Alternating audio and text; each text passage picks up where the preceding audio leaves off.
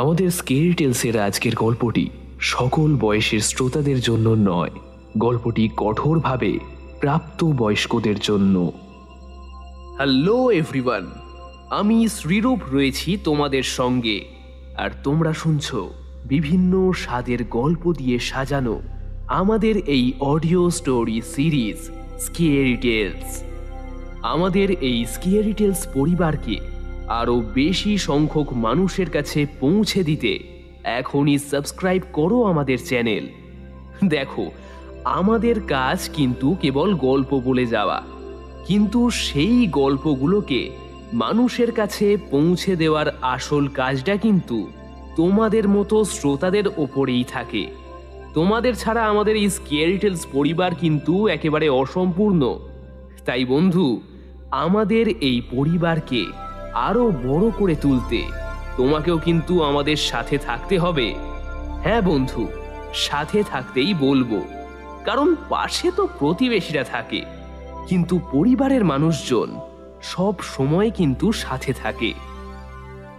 Scary টেলসে আজ তোমরা শুনবে শর্মিষ্ঠা চ্যাটার্জির কলমে একটি হাড় হিম করা গ্রাম বাংলার ভূতের গল্প, ডুমুরপুরের সেই রাত। আজকের গল্প পাঠে রয়েছে অমিত, গল্পের সূত্রধার আমি শ্রীরূপ। শুরু হচ্ছে স্কেরি টেলসের আজকের গল্প, ডুমুরপুরের সেই রাত।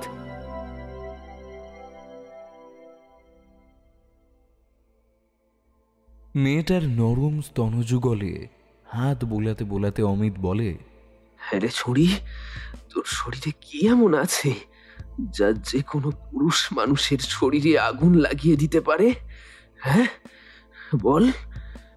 অমিতের কথা শুনে মেয়েটা বিছানা থেকে উঠে অমিতের নগ্ন শরীরে হাত বোলাতে বোলাতে হাসতে হাসতে বলে,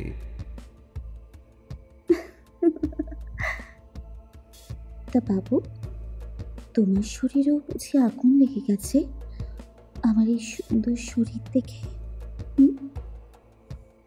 অমিত তখন তার নগ্ন বুকের উপর মেয়েটাকে টেনে নিয়ে মেয়েটার নরম লাল টিয়া পাখির মতো ঠোঁটে হাত বোলাতে বোলাতে বলে, হ্যাঁ রে ছড়ি, আমার শরীরেও তো তোর রূপ যৌবন দেখে আগুন লেগেছে, তাই তো আজ রাতে তোর কাছে ছুটে এসেছি আমার শরীরের আগুন নেভাতে।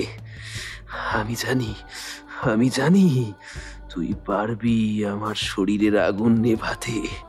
এই বলে অমিত মেয়েটাকে তার বুকের কাছে টেনে নিয়ে মেয়েটার নরম লাল ঠোঁটে অমিত নিজের ঠোঁট বোলাতে থাকে।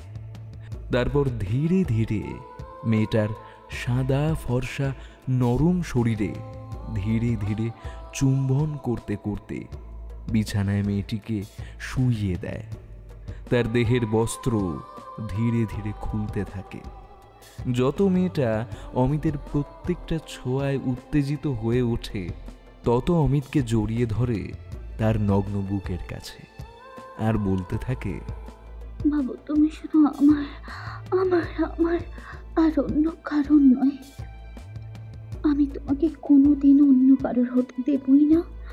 এরপর অমিত পাগলের মতো মেয়েটার সারা নগ্ন শরীরে আদর করতে করতে তারা কখন যে একে অপরের যৌন গভীর খেলায় লিপ্ত হয়ে পড়ে তারা নিজেরাও জানে না।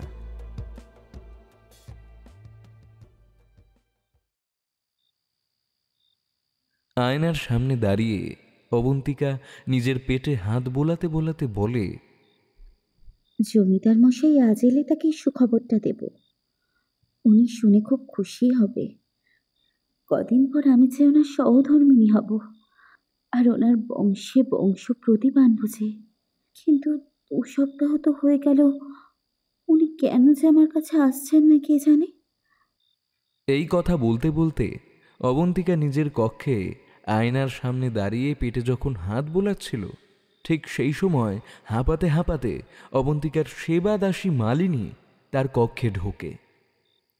মালিনীকে হাঁপাতে হাঁপাতে ঘরে ঢুকতে দেখে অবন্তিকা মালিনীর দিকে তাকিয়ে বলে, কিরে, এত হাঁপাচ্ছিস কেন? কি হয়েছে? মালিনী তখন অবন্তিকার দিকে ছল ছল দৃষ্টিতে তাকিয়ে বলে, দিদি, জমিদার বাবুর খবরটা শুনেছ? অবন্তিকা ধীর পায়ে পালঙ্কে বসতে বসতে বলে, জমিদার বাবু বুঝি শিকারে যাচ্ছেন আবার? এবারে কোথায় শিকারে যাচ্ছে রে মালিনী, জানিস?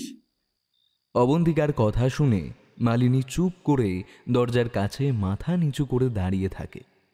মালিনীকে মাথা নিচু করে থমথমে মুখে দাঁড়িয়ে থাকতে দেখে অবন্তিকা জিজ্ঞেস করে, কি রে মালিনী, তোর মুখটা ওই রকম লাগছে কেন? কি হয়েছে? অবন্তিকার কথা শুনে মালিনী তখন হাউ হাউ করে কেঁদে ফেলে আর বলে, দিদি, জমিদার বাবুর পরশুদিন বিয়ে। পাশের গ্রামে জমিদার উদয়নারায়ণের মেয়ে নয়নতারার সঙ্গে। মালিনীর মুখ থেকে এই কথা শুনে অবন্তিকার মুখটা ফ্যাকাশে থমথমে হয়ে যায় আর ফিসফিস করে বলে, উনি উনি যদি অন্য কাউকে বিবাহ করেন, তাহলে তাহলে আমার আর আমার গর্ভের সন্তানের কি হবে? উনি যে আমাকে কথা দিয়েছেন যে উনি আমাকে বিবাহ করবেন, ওনার ওনার স্ত্রীর মর্যাদা দেবেন। এই কথা বলতে বলতে অবন্তিকা পাগলের মতো ছুটতে ছুটতে জমিদার বাড়িতে যায় আর দেখে জমিদার বাড়িতে বিয়ের সাজো সাজো রব। জমিদার বাড়ির চারিদিকে আলো ফুল মালা দিয়ে সেজে উঠেছে। সেই সঙ্গে জমিদার বাড়ির লোকজন ও আত্মীয় পরিজন ও দাস দাসী বিবাহের নানা কাজে ব্যস্ত হয়ে উঠেছে। অবন্তিকাকে জমিদার বাড়ির অন্দরে ঢুকতে দেখে জমিদার বাড়ির এক দাসী অবন্তিকাকে বাধা দিয়ে বলে, এই তুমি কে? কোথায় যাচ্ছ? অবন্তিকা বলল, জমিদার বাবুর কাছে দরকার আছে, তাই যাচ্ছি, আমাকে যেতে দিন। অবন্তিকার কথা শুনে দাসীটা মুখ বেঁকিয়ে বলে, এই তুই না বাইজি? তোর এই জমিদার বাড়িতে পা রাখার সাহস হলো কিভাবে? দূর হয়ে যা এখান থেকে বলছি। আর শোন, এখন কোথাও যাওয়া যাবে না। জমিদার বাবু বিয়ে কাজে ব্যস্ত, তাই বাইরে কারুর সঙ্গে দেখা করবে না এই কদিন, উনি আমাদেরকে বলেই দিয়েছেন। এই কথা বলে দাসীটা অবন্তিকাকে অপমান করে জমিদার বাড়ি থেকে বের করে দিতেই অবন্তিকা কাঁদতে কাঁদতে নাচ মহলের দিকে যেতে যাবে, পিছন দিক থেকে একটা গুরু গম্ভীর গলার স্বর শোনা যায়। আমি জানতাম তুই আসবি। গুরু গম্ভীর গলার স্বরটা ভেসে আসতেই অবন্তিকা পিছন ফিরে তাকাতেই দেখে তার সামনে অমিত দাঁড়িয়ে আছে। অমিতকে দেখে অবন্তিকার মুখটা উজ্জ্বল হয়ে ওঠে আর বলে, বাবু, বাবু আপনি এসেছেন, আপনার সঙ্গে কিছু কথা ছিল। অবন্তিকার কথা শুনে অমিত বলে, আমি জানি তোর অনেক কথা আছে, কিন্তু এখানে কোনো কথা নয়। যা কথা হবে, আজ রাতে আমাদের নাট মন্দিরের উল্টো দিকে যে পুকুরটা আছে সেখানে গিয়ে তুই দাঁড়াবি। 1 প্রহর নাগাদ আমি আসব। আর শোন, আজ রাতে আমি তোকে বিবাহ করে তোকে আমার স্ত্রীর মর্যাদা দেব। এখন এখান থেকে যা। জমিদার বাড়ির কেউ আবার যদি দেখে নেয় তাহলে আমাদের দুজনকেই আবার সমস্যায় পড়তে হবে। এই রাতুল, ডুমুরপুর গ্রাম আর কত দূর রে? গাড়ি যাচ্ছে তো যাচ্ছে, থামার কোনো নাম নেই। চিপসের প্যাকেট থেকে একটা চিপস মুখে দিতে দিতে রাগিনী এই কথা রাহুলকে জিজ্ঞেস করতেই রাহুল বলে, জিপিএস তো দেখাচ্ছে আমরা 0.5 ঘন্টা 15 মিনিটের মধ্যেই ডুমুরপুর গ্রামে পৌঁছবো। রাগিনীর পাশ থেকে কেয়া বলে ওঠে বিরক্তি মুখে, আজ রাতে ডুঙ্গরপুর গ্রামে পৌঁছতে পারলে হয়।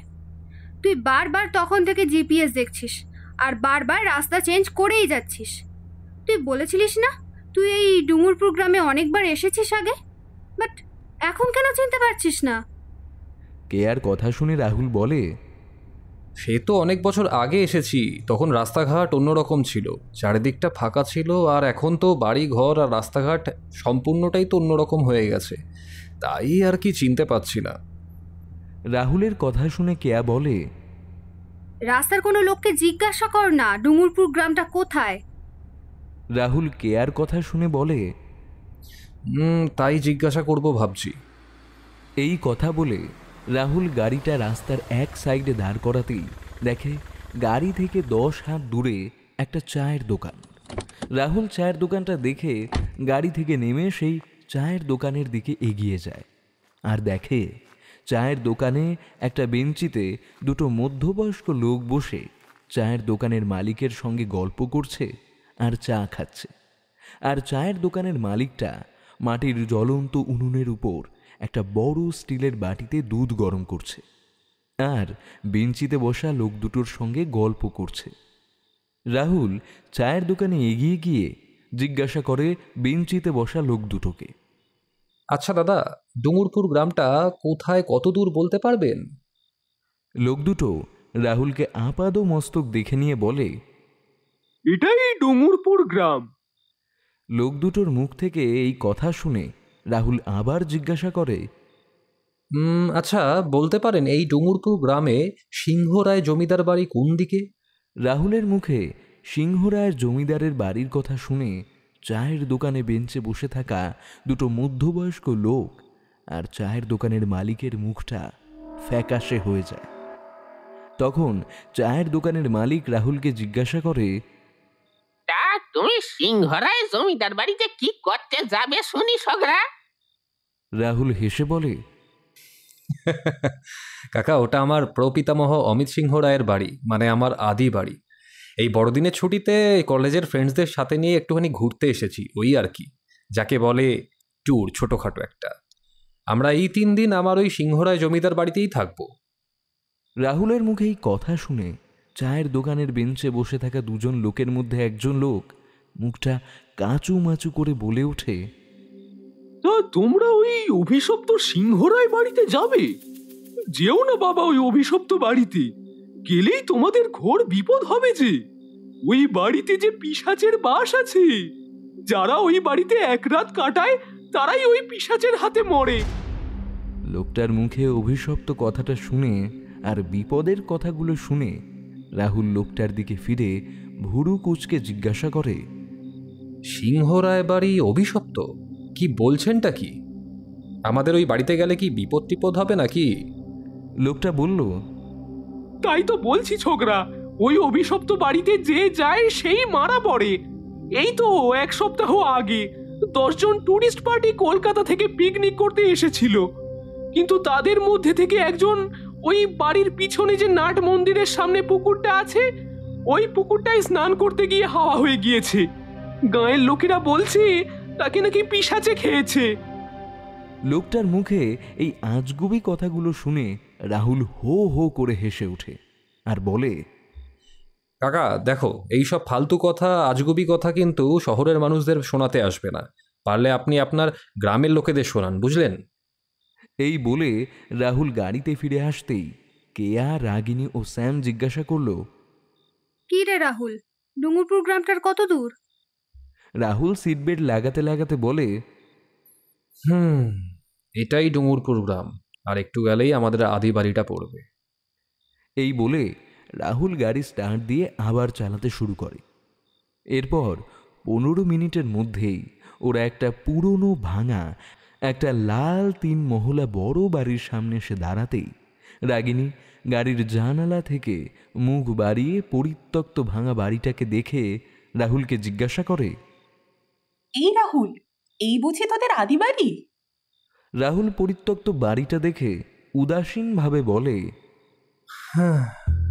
হ্যাঁ, এই সেই আমাদের আদি সিংহরায় বাড়ি। এই বাড়িটা আমার প্রপিতামহ বাবা অনিন্দ সিংহ রায় বানিয়েছিলেন। বলতে পারিস 500 বছরের পুরনো বাড়ি। কেয়া নাক মুখ সিটকে পরিত্যক্ত বাড়িটার দিকে তাকিয়ে রাহুলের উদ্দেশ্যে বলে, হ্যাঁ রে রাহুল, আমরা কি 3 রাত এই বাড়িতে থাকবো নাকি? আর এই বাড়ির যা দশা দেখছি, মনে হয় এই বাড়িতে সাপ খুব নিশ্চয়ই থাকবে।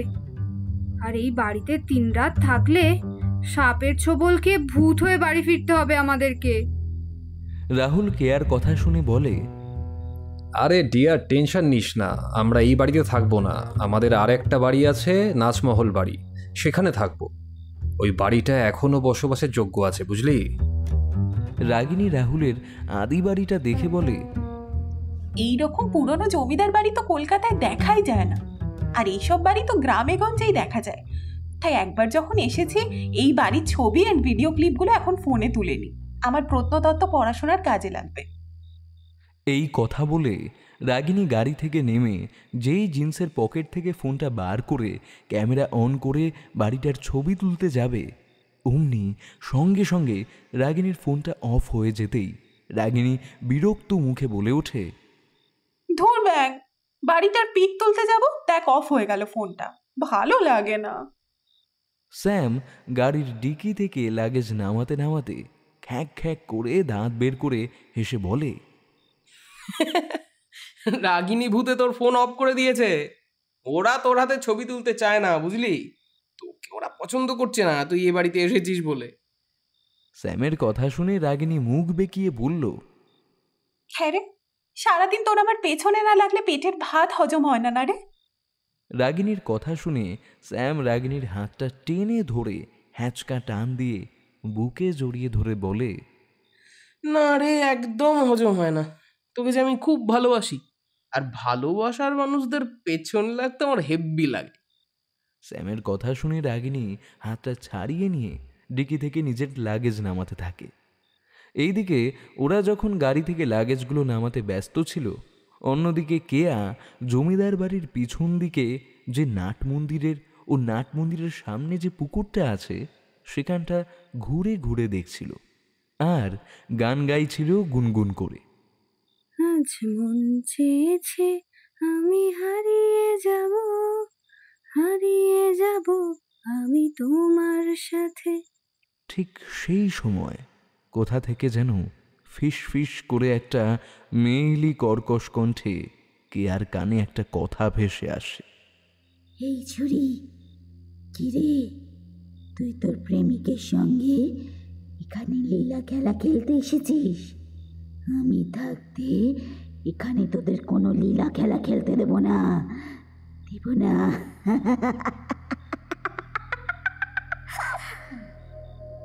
মেয়েলি কর্কশ কণ্ঠে কথাটা কেয়ার কানে ভেসে আসতেই কেয়ার বুকটা ছ্যাঁত করে ওঠে, আর পিছন ফিরতেই দেখে শুরুত করে একটা কালো ছায়া মূর্তি যেন নাট মন্দিরের পিছনে যে ঝোপ জঙ্গলটা আছে ওই দিকে মিলিয়ে গেল।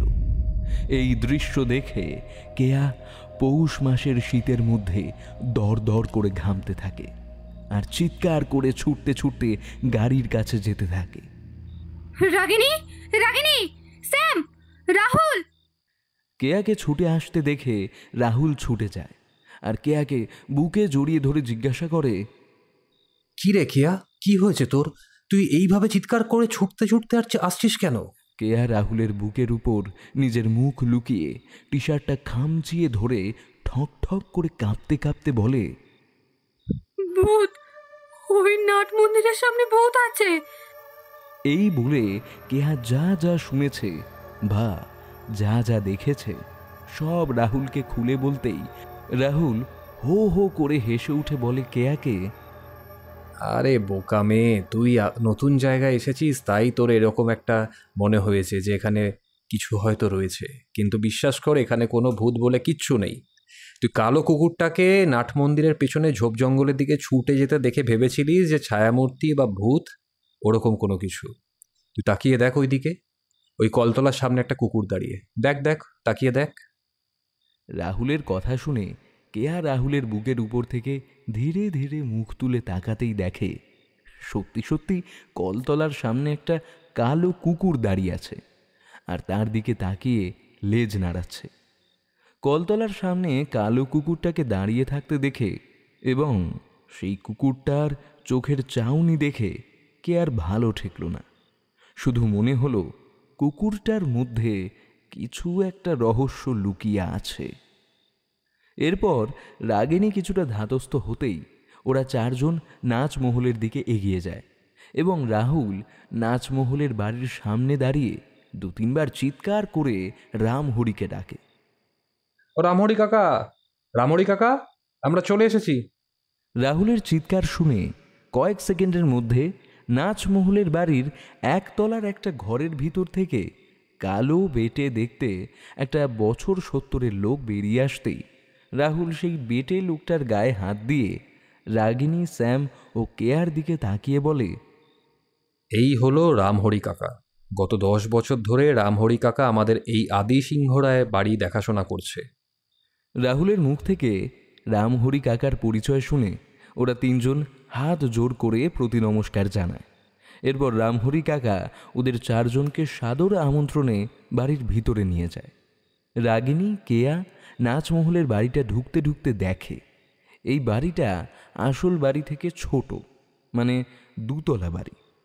রামহরি ওদেরকে নিয়ে বাড়ির ভিতরে ঢুকতে ঢুকতে বলে, এটা হলো নাচমহল দিদিমণি দাদাবাবুরা। জমিদার অনিন্দ সিংহ রায় ও অমিত সিংহ রায় বেনারস লৌকন থেকে বাইজি এনে তাদেরকে এই নাচমহলে রাখতো, আর মাঝে মধ্যে এসে তাদের সঙ্গে সোহাগ করতো আর রাত কাটাতো। রামহরির এই কথা শুনতে শুনতে রাগিনী 1 তলার সিঁড়ির বারান্দা ধরে 2 তলার দিকে যখন এগোচ্ছিল তখন তার শুধু মনে হচ্ছিল তার পিছন পিছন যেন কেউ একজন আসছে, কারণ তার পায়ের ঝুমঝুম নুপুরের মৃদু আওয়াজ তার কানে ভেসে আসছিল। এছাড়া সঙ্গে কিছু কিছু ফিসফিস কথাও কানে আসছিল।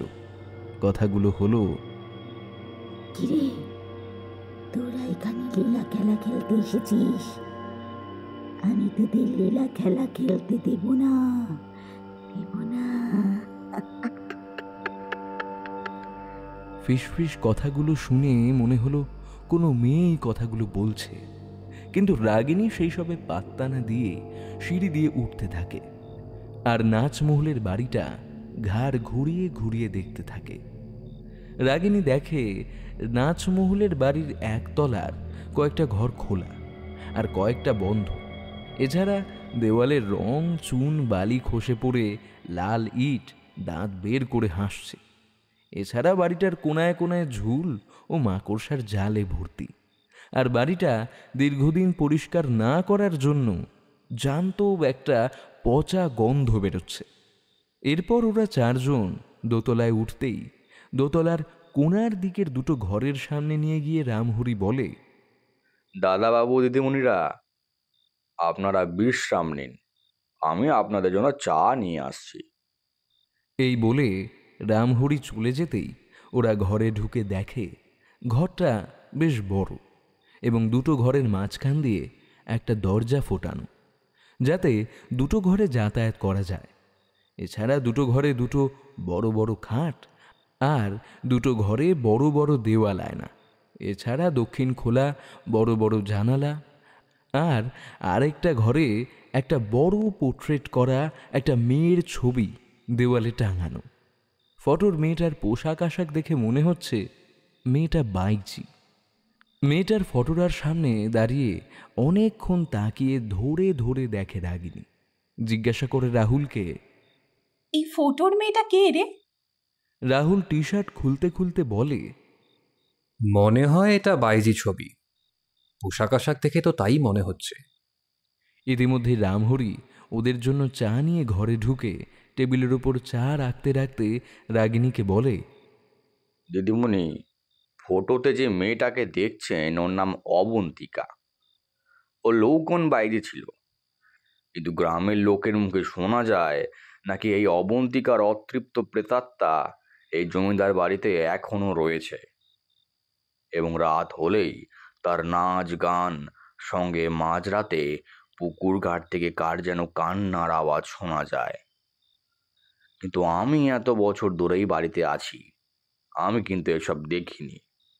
শোনা যায় নাকি অবন্তিকাকে জমিদার বাড়ির কেউ বা কারা যেন খুন করে এই বাড়ির কোথাও পুঁতে রেখেছে, কিন্তু অবন্তিকা কেন খুন হয়েছিল তা আজও রহস্য।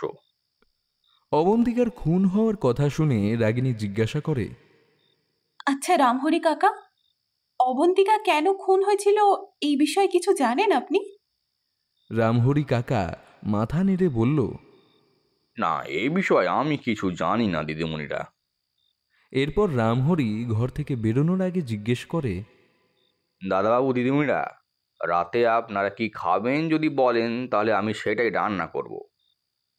রাহুল এগিয়ে এসে বলল, কাকা, আপনার বয়স হয়েছে, আপনাকে রান্না করতে হবে না। আমরা এই বাড়িতে ঢোকার আগে এই বাড়ির 3 মাথার যে রাস্তার মোড়টা আছে তার থেকে বাঁদিকে একটা ফাস্টফুডের দোকান দেখেছি।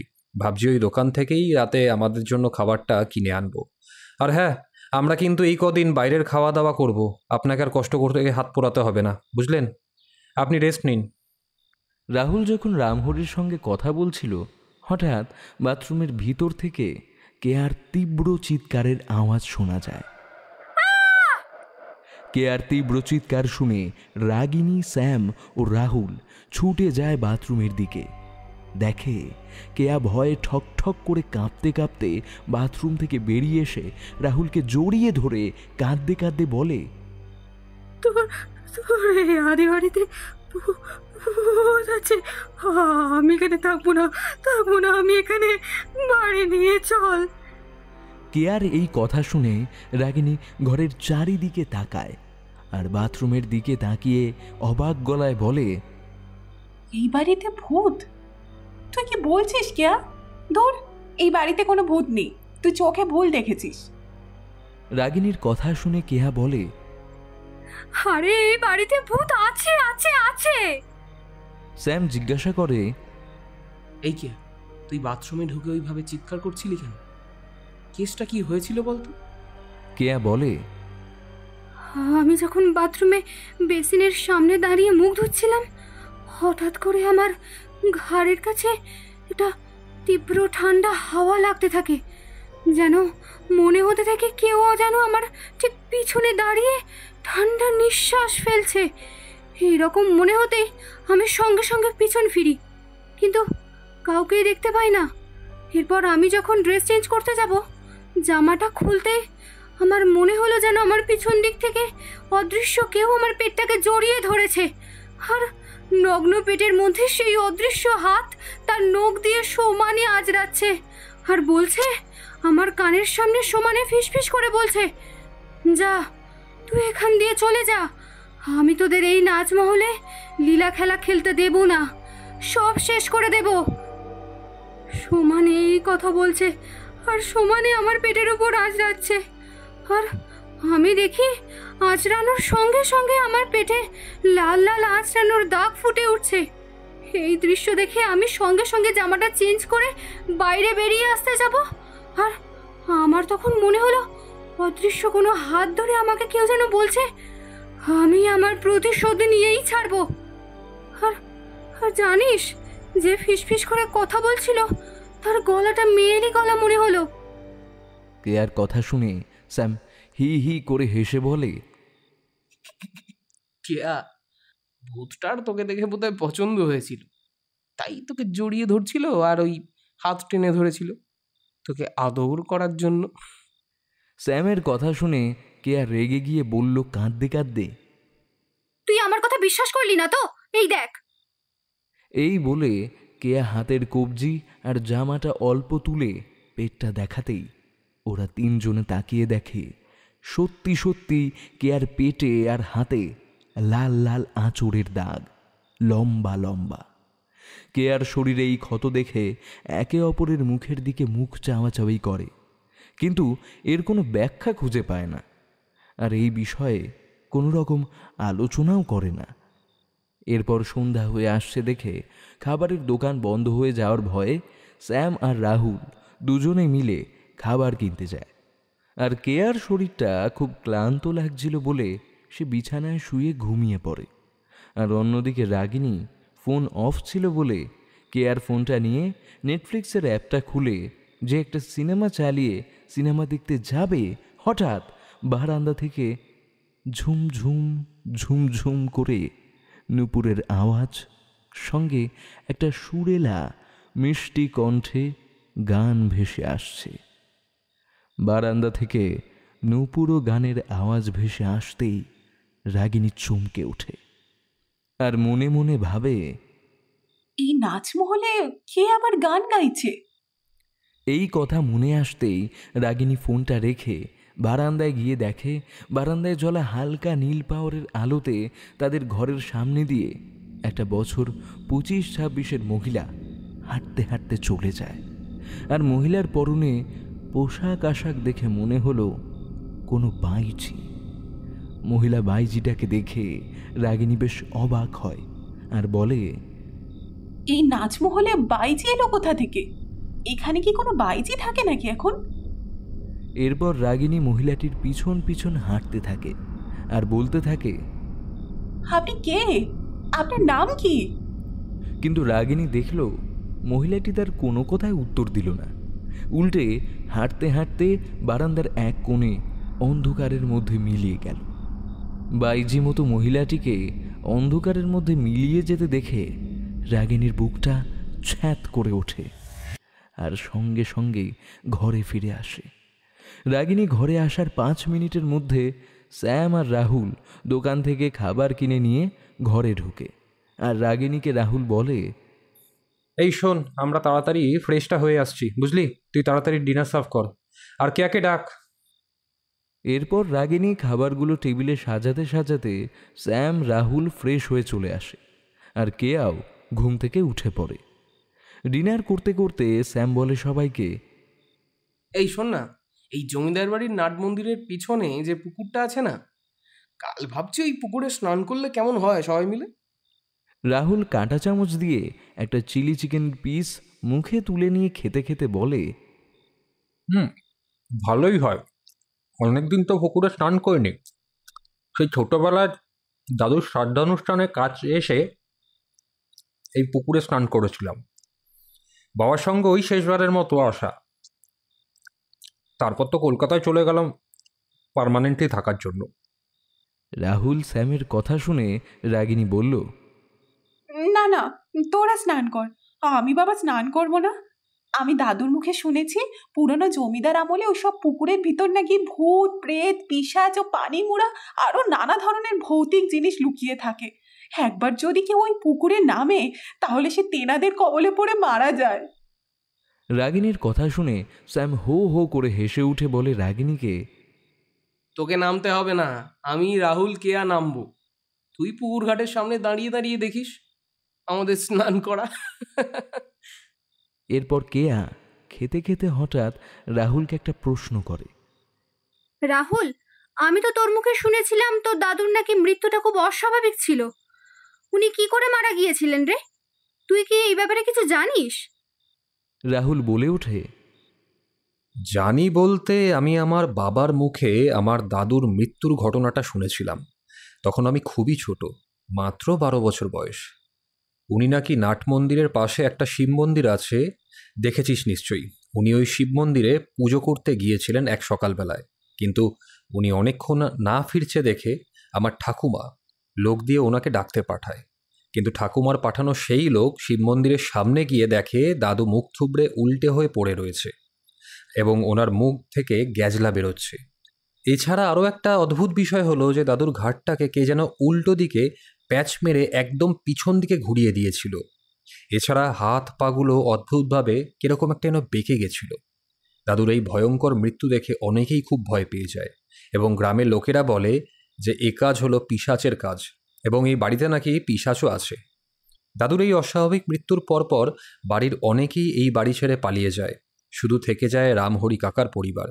আর জানিস, দাদুর মৃত্যুর আগে দাদুর বাবা, তার বাবা অস্বাভাবিকভাবেই মারা যায়, কিন্তু কী কারণে মারা যায় এবং কে তাদের মারছে তা আজও স্পষ্ট নয়।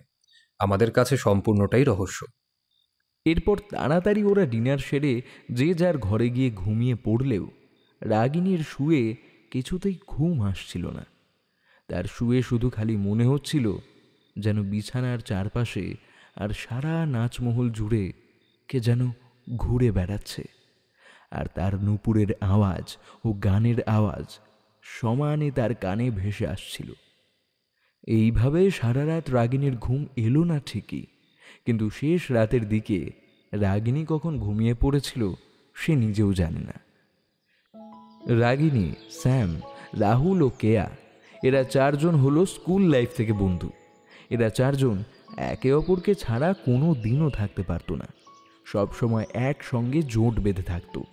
একসঙ্গে ঘোরা থেকে শুরু করে একসঙ্গে রেস্টুরেন্টে যাওয়া, মুভি দেখা, শপিং করতে যাওয়া সব একসঙ্গেই করত। এবং ওরা চারজন একই কলেজে পড়াশোনাও করত। রাগিনী পড়ত প্রত্নতত্ত্ব আর্কিওলজি নিয়ে, কেয়া পড়ত জুওলজি, আর রাহুল স্যাম মিউজিক নিয়ে।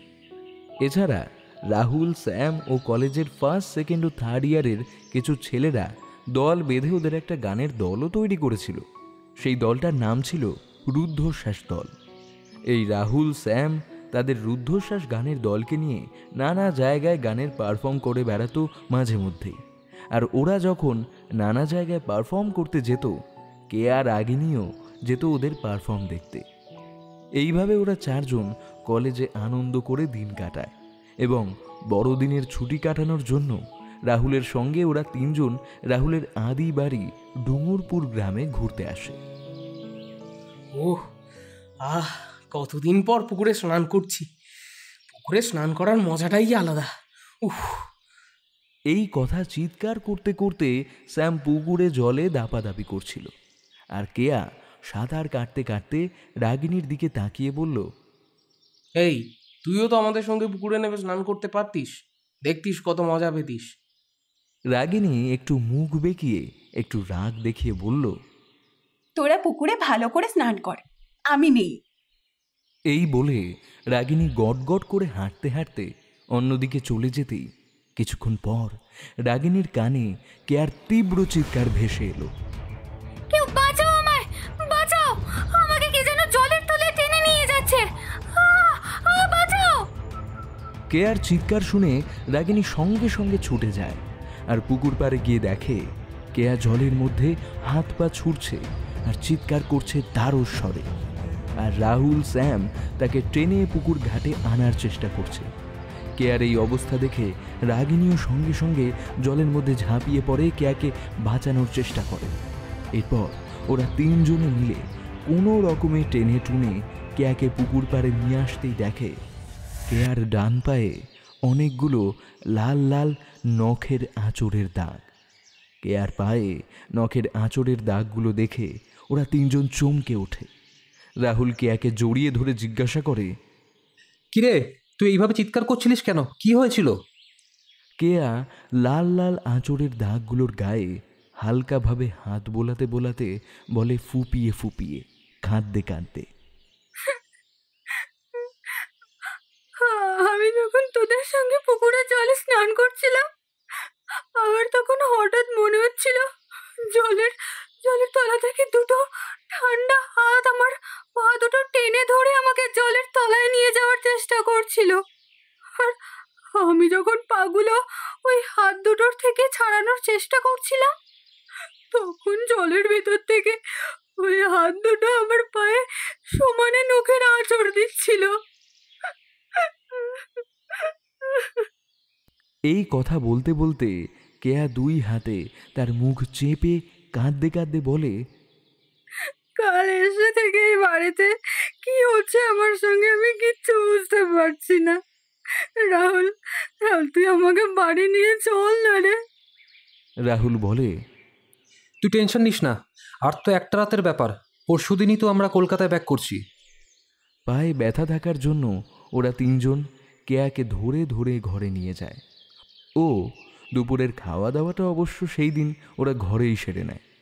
কেয়ার অসুস্থতার জন্য এরপর সেই দিন বিকেলবেলা রাগিনী, স্যাম ও রাহুল ডুঙুরপুর গ্রামটা ঘুরে দেখতে বেরোলেও কেয়া অসুস্থতার জন্য আর বেরোলো না, সে ঘরে ঘুমোচ্ছিল।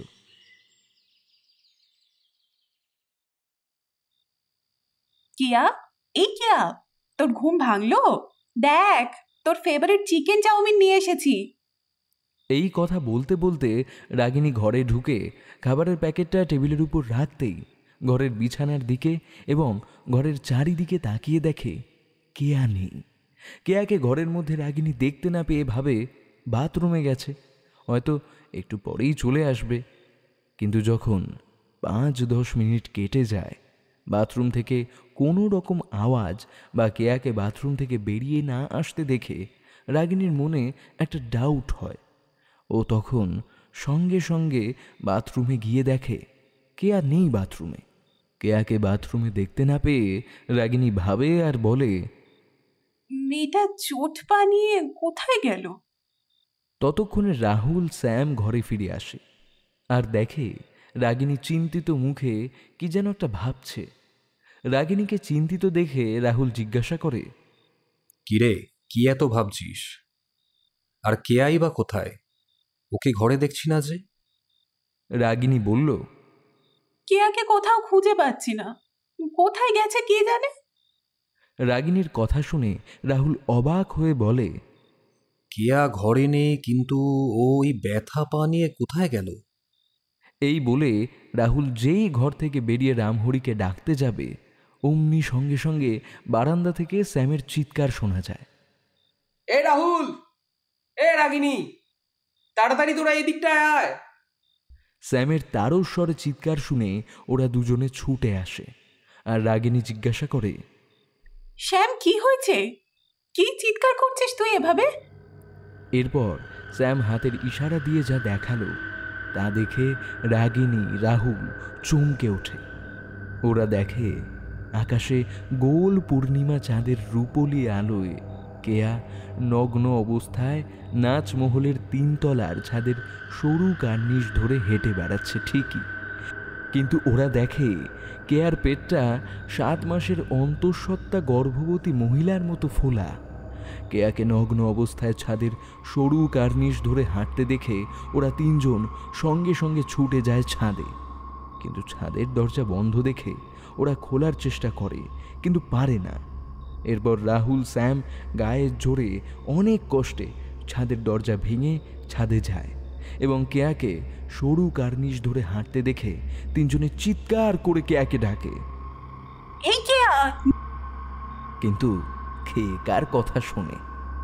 তখন কেয়া এক মনে ছাদের কার্নিশ ধরে হাঁটতে থাকে আর তার পিঠ সমান লম্বা চুলগুলো হাওয়ায় এলোমেলোভাবে উড়তে থাকে। ওং ক্রিং কাল্লৈ নমঃ পয়স্নানাম সমর্পয়ামি। ওং ক্রিং ক্রিং হ্রিং হ্রিং হিং হিং দক্ষিণে কালিকে। ক্রিং ক্রিং ক্রিং হ্রিং হ্রিং হ্রিং স্বাহা। ওং কালী কালী মহাকালী, কালীকে পাপহারিণী, ধর্মকুমার্থ মোক্ষদে দেবী নারায়ণী নমস্তুতে। ওদের 3 জনের পাশ থেকে একটা তীব্র জোরে কালী মন্ত্র উচ্চারণ শুনে 3 জনে তাকিয়ে দেখে রামহরি কাকা তাদের পাশে দাঁড়িয়ে কালী মন্ত্র জপ করতে করতে ঘটের মধ্যে থেকে আম পাতা নিয়ে সমানে জলের ছেঁটা দিচ্ছে কেয়ার গায়ে আর কালী মন্ত্র উচ্চারণ করছে সমানে। ওং ক্রিং কাল্লৈ নমঃ পয়স্নানাম সমর্পয়ামি। ওং ক্রিং ক্রিং হ্রিং হ্রিং হিং হিং দক্ষিণে কালিকে। ক্রিং ক্রিং ক্রিং হ্রিং হ্রিং হ্রিং স্বাহা। ওং কালী কালী মহাকালী, কালীকে পাপহারিণী, ধর্মকুমার্থ মোক্ষদে দেবী নারায়ণী নমস্তুতে। আর মন্ত্র উচ্চারণ করতে করতে সমানে বলছে রামহরি কাকা কেয়ার দিকে তাকিয়ে ক্রুদ্ধ দৃষ্টিতে আর গম্ভীর ও রাগী গলায়, এই অবন্তিকা, তুই আবার ওর দেহে প্রবেশ করেছিস? তুই আবার একটা নিরীহ মানুষের ক্ষতি করবি? ছাড় বলছি। তুই তো এই সিংহ রায় বংশের আদি পুরুষদের উপর প্রতিশোধ নিয়েছিস, তাও আবার তোর আশ মেটেনি। ছাড় বলছি ওকে। এই বলে সম্পূর্ণ মন্ত্রপুত জলটা কেয়ার গায়ে ছিটিয়ে দিতেই কেয়া জ্ঞান হারায়। এরপর কেয়াকে ওই অবস্থায় ঘরে নিয়ে এসে তাড়াতাড়ি পোশাক পরিয়ে শুইয়ে দেয়। এরপর রামহরি কাকা কেয়ার এই অবস্থা দেখে বলে, তোমরা এখন কেয়াকে ডেকো না, ও এখন একটু ঘুমাক, আর কাল সকালে পারলে তোমরা এই বাড়ি ছেড়ে চলে যেও। আজও ও এই জমিদার বাড়িতে আছে আর অতৃপ্ত প্রেতাত্মা রূপে এই বাড়িতে সে ঘুরে বেড়ায়। একটু আগেই অবন্তিকার অতৃপ্ত প্রেতাত্মা কেয়ার মধ্যে ঢুকেছিল ওকে শেষ করে দেওয়ার জন্য, কিন্তু ভাগ্যিস তোমাদের চিৎকার শুনে আমি বুঝতে পারি কিছু একটা বিপদ ঘটেছে। তাই তো মা কালীর মন্ত্রপুত জলটা ছাদে নিয়ে ছুটে এলাম। আর এই জমিদার বাড়িতে যারাই ঘুরতে এসেছে এর আগে তারাই অবন্তিকার অতৃপ্ত প্রেতাত্মার কবলে পড়ে মারা গেছে। এবং শুধু তাই নয়, রাহুল দাদাবাবুর দাদু এবং সিংহরায় জমিদার বাড়ির আগের পূর্বপুরুষ ওরাও এই অবন্তিকার অতৃপ্ত প্রেতাত্মার কবলে পড়ে মারা গেছে বলে জানা যায়। তাই রাহুল দাদাবাবুর বাবা অরণ্য সিংহদেব রায় দাদাবাবু প্রাণের ভয়ে রাহুল বাবুকে নিয়ে এই বাড়ি ছেড়ে কলকাতায় চলে যায়। তখন রাহুল দাদাবাবুর 12 বছর বয়স। রামহরি কাকার মুখ থেকে বাইজি অবন্তিকার কথা শুনে রাহুল জিজ্ঞাসা করে, আচ্ছা কাকা, এই বাইজি অবন্তিকা ইনি কি? ওর পরিচয়ই বা কি? এই বাড়িতেই বা কিভাবে এসেছিল? তার কি করেই বা মৃত্যু হয়েছিল? প্লিজ বলো না কাকা, যদি তোমার জানা থাকে ব্যাপারটা। রাহুলের কথা শুনে ঘরে জ্বলা হালকা হলুদ আলোর ছটা বাইজি অবন্তিকার ছবিতে পড়ায় রামহরি কাকা ওই অবন্তিকার ছবির দিকে তাকিয়ে বলতে শুরু করলো, এই অবন্তিকা বাইজির গল্প আমার দাদুর মুখে শোনা। আমার দাদু এই জমিদার বাড়ির নিত্য পুজোর পুরোহিত ছিলেন। ওনার নাম ছিল নিত্যগোপাল গাঙ্গুলি। এই ঘটনা ঘটেছিল আজ থেকে 30 বছর আগে। তখন তোমার প্রপিতামহ অনিন্দ সিংহ রায় জমিদার ছিলেন এই ডুঙ্গুরপুর গ্রামে, এবং তার আদরের একমাত্র ছেলে ছিল অমিত সিংহ রায়। এই অমিত সিংহ রায় একবার লৌকনে এক বন্ধুর বাড়িতে বেড়াতে যায়। সেই বন্ধু লৌকন জমিদার ছিল। সেখানে গিয়ে অবন্তিকা বাইজির নাচ দেখে তার প্রেমে পড়ে যায় এবং তাকে এই বাড়িতে একেবারে নিয়ে চলে আসে এবং এই বাড়ির নাচমহলে রাখে, যেখানে তোমরা এখন আছো। এরপর দিন রাত ওই অমিত সিংহ রায় অবন্তিকার কাছে পড়ে থাকতো, আর সঙ্গে প্রতিদিন বিছানায় শুয়ে শুয়ে যৌন খেলায় লিপ্ত হতো। এইভাবে দিন যাচ্ছিল। অমিত সিংহ রায় ওই অবন্তিকার কাছে পড়ে থাকতো। এইভাবে দিনের পর দিন, মাসের পর মাস কেটে যাচ্ছিল। ছেলের এই অবনতি দেখে জমিদার অনিন্দ সিংহ রায় খুব ভেঙে পড়ে এবং তাকে সৎ পথে ফেরানোর জন্য আমাদের পাশের গ্রামের তখনকার জমিদার উদয়নারায়ণের মেয়ে নয়নতারার সঙ্গে বিয়ে ঠিক করে। এরপর অনিন্দ সিংহ রায় অমিতকে নয়নতারার ছবি দেখাতেই অমিত অবন্তিকাকে ভুলে গিয়ে নয়নতারার প্রেমে পড়ে এবং তাকে বিয়ে করার জন্য পাগল হয়ে যায়। এদিকে অবন্তিকার গর্ভে ধীরে ধীরে অমিত সিংহ রায়ের সন্তান বেড়ে উঠতে থাকে। এরপর অনেক দিন ধরে অমিত সিংহ রায় তার কাছে আসছে না দেখে অবন্তিকার মনে সন্দেহের উদ্রেক হয় এবং সে তার খাস দাসী মালিনীর কাছ থেকে জানতে পারে অমিত সিংহ রায় তাকে ছেড়ে অন্য কাউকে বিয়ে করছে। এরপর এই খবর জানতে পেরে অবন্তিকা জমিদার বাড়ি ছুটে যায়, কিন্তু অমিত সিংহ রায়ের সঙ্গে তার দেখা হয় না। উল্টে জমিদার বাড়ি থেকে অপমান করে তাকে তাড়িয়ে দেওয়া হয়। এরপর অবন্তিকা কাঁদতে কাঁদতে সেই নাচমহলে ফিরে আসতে যাচ্ছিল, কিন্তু তার পথেই পিছন দিক থেকে একটা ডাক তার কানে ভেসে আসে। অবন্তিকা তাকিয়ে দেখে অমিত সিংহ রায় দাঁড়িয়ে আছে। তাকে বলছে আজ রাতে সে যেন তার সঙ্গে জমিদার বাড়ির পিছন দিকে নাট মন্দিরের যে পুকুরটা রয়েছে সেখানে যেন দেখা করে এবং অবন্তিকাকে বিয়ের প্রতিশ্রুতি দেয় ওই অমিত। এরপর অমিতের কাছ থেকে বিয়ের প্রতিশ্রুতি পেয়ে অবন্তিকা মহা আনন্দে নাচমহলে ফিরে আসে।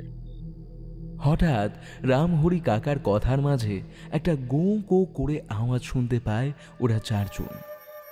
গো গো আওয়াজটা শুনতে পেতেই ওরা চারজনে পিছনে ফিরে তাকাতেই দেখে কেয়া বিছানার উপরে উঠে বসেছে আর তার দিকে তাকিয়ে গো গো আওয়াজ করতে করতে বলছে কর্কশ কণ্ঠে, আমি বলবো এরপর আমার সঙ্গে জমিদার মশাই কি করেছিলেন।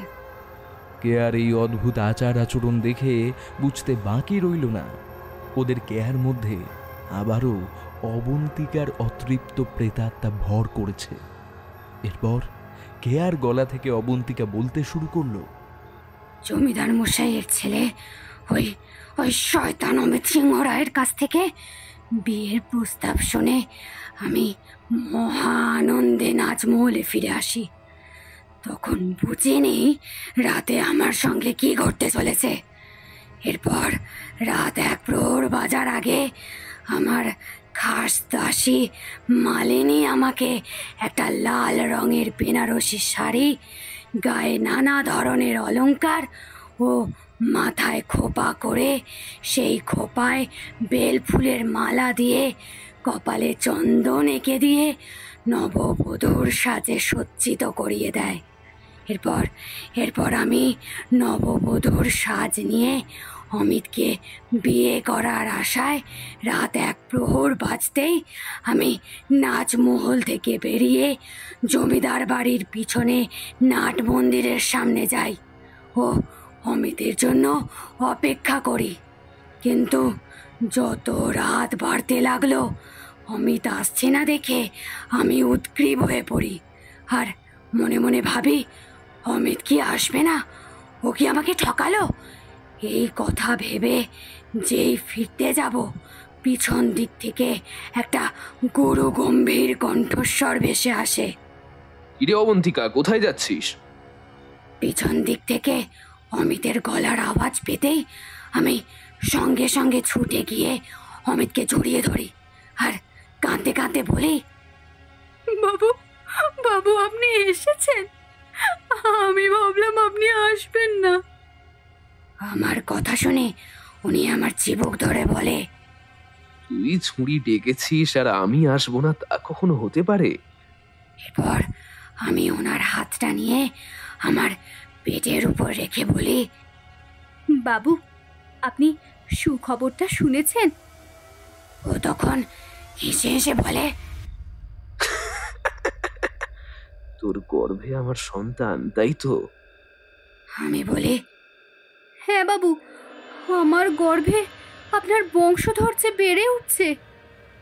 আমার মুখ থেকে এই কথা শোনা মাত্র উনি রাগে গর্জে উঠলেন আর আমাকে ধাক্কা মেরে সরিয়ে মুখ থেকে থুতু ফেলে আমার দিকে তাকিয়ে বলেন, সালি তুই এ কি বলছিস? তোর গর্ভে আমার সন্তান? এ কখনোই হতে পারে না। দেখ, তুই হয়তো অন্য কারুর সন্তান তোর পেটে নিয়ে ঘুরে বেড়াচ্ছিস আর আমার নামে রটাচ্ছিস। তুই যে বেশ্যা, তোর সন্তানের বাপ কে তার কোনো ঠিক ঠিকানা আছে? আর আজ রাতে তোকে বিয়ে করার জন্য ডাকিনি রে শালি, তোকে আমি ডেকেছি খুন করার জন্য।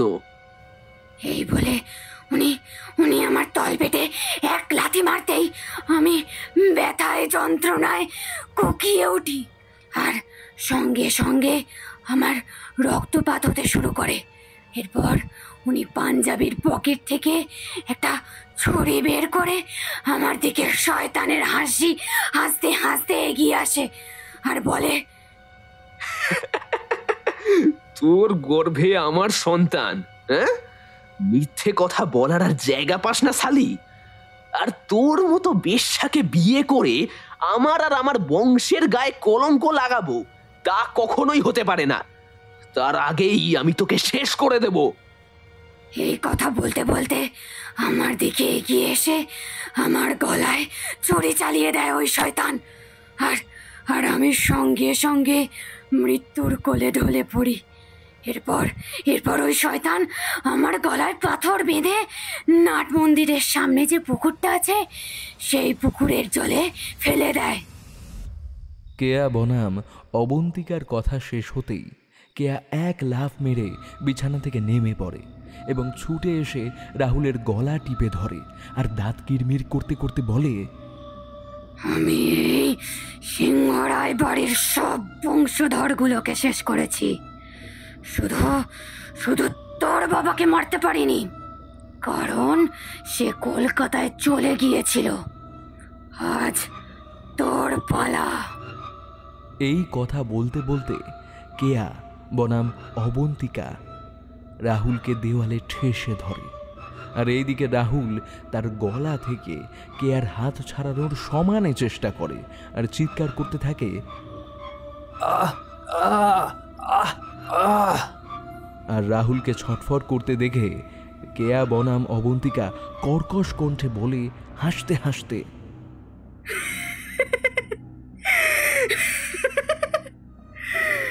মর মর শয়তান মর, আমি তোর বংশধরদের মেরেছি, আজ তোকে আমি মেরেই ছাড়বো। আর আমার মৃত্যুর প্রতিশোধ নিয়েই ছাড়ব। তোর গায়েও তো সিংহরায় বংশের রক্ত বইছে। ওং ক্রিং কাল্লৈ নমঃ পয়স্নানাম সমর্পয়ামি। ওং ক্রিং ক্রিং হ্রিং হ্রিং হিং হিং দক্ষিণে কালীকে। ক্রিং ক্রিং ক্রিং হ্রিং হ্রিং হ্রিং स्वाहा। ओं काली काली महाकाली काली के पाप हारिणी धर्म कुमार्थ मोक्षदे देवी नारायणी नमस्तुते। ওরা তিনজন দেখলো রামহরি কাকা আবার কালী মন্ত্র জপ করতে করতে গঙ্গা জল কেয়ার গায়ে ছিটাতে লাগলো ঠিকই, কিন্তু ওরা দেখলো এতে কোনো কাজ হলো না। কেয়া রাহুলের গলা আরও টিপে ধরতে লাগলো। এরপর দুজনের মধ্যে অনেকক্ষণ ধরে ধস্তাধস্তি চলার পর শেষকালে দেখা যায় রাহুল অবন্তিকার কাছে হেরে গিয়ে মৃত্যুর কোলে ঢলে পড়ে এবং সঙ্গে সঙ্গে ওদের চোখের সামনে একটা অভাবনীয় ঘটনা ঘটে।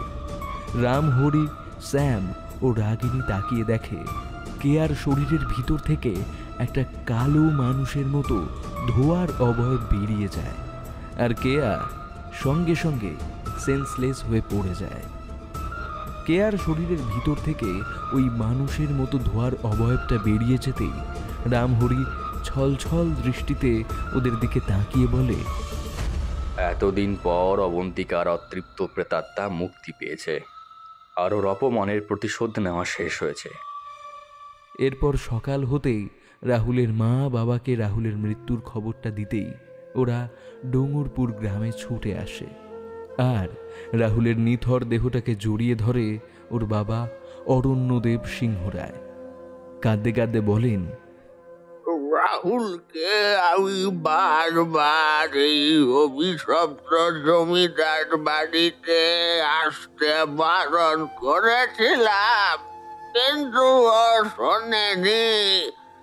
ও যদি না আসত তাহলে ওকে আর ওই শয়তান পিশাচিনীর হাতে এমন করে মরতে হতো না।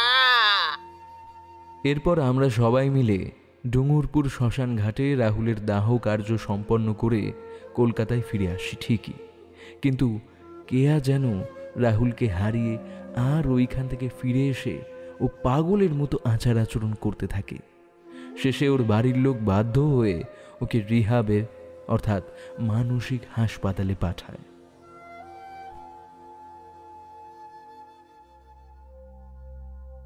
শেষ হলো আমাদের আজকের গল্প ডুঙুরপুরের সেই রাত। রচনা শর্মিষ্ঠা চ্যাটার্জি, গল্প পাঠে অমিত, বিভিন্ন চরিত্রে তৃষা, সৃষ্টি, প্রার্থনা, নির্মাল্য, দুর্বা, সৌভিক, অনিকেত এবং আমি শ্রীরূপ। গল্পের sound design web session studio. গল্পের পোস্টার ডিজাইন এবং সমগ্র পরিকল্পনা ও পরিচালনায় আমি শ্রীরূপ। আমাদের স্কেয়ারি টেলসে তোমাদের লেখা গল্প পাঠাতে পারো teamscarytales@gmail.com এই ঠিকানায়।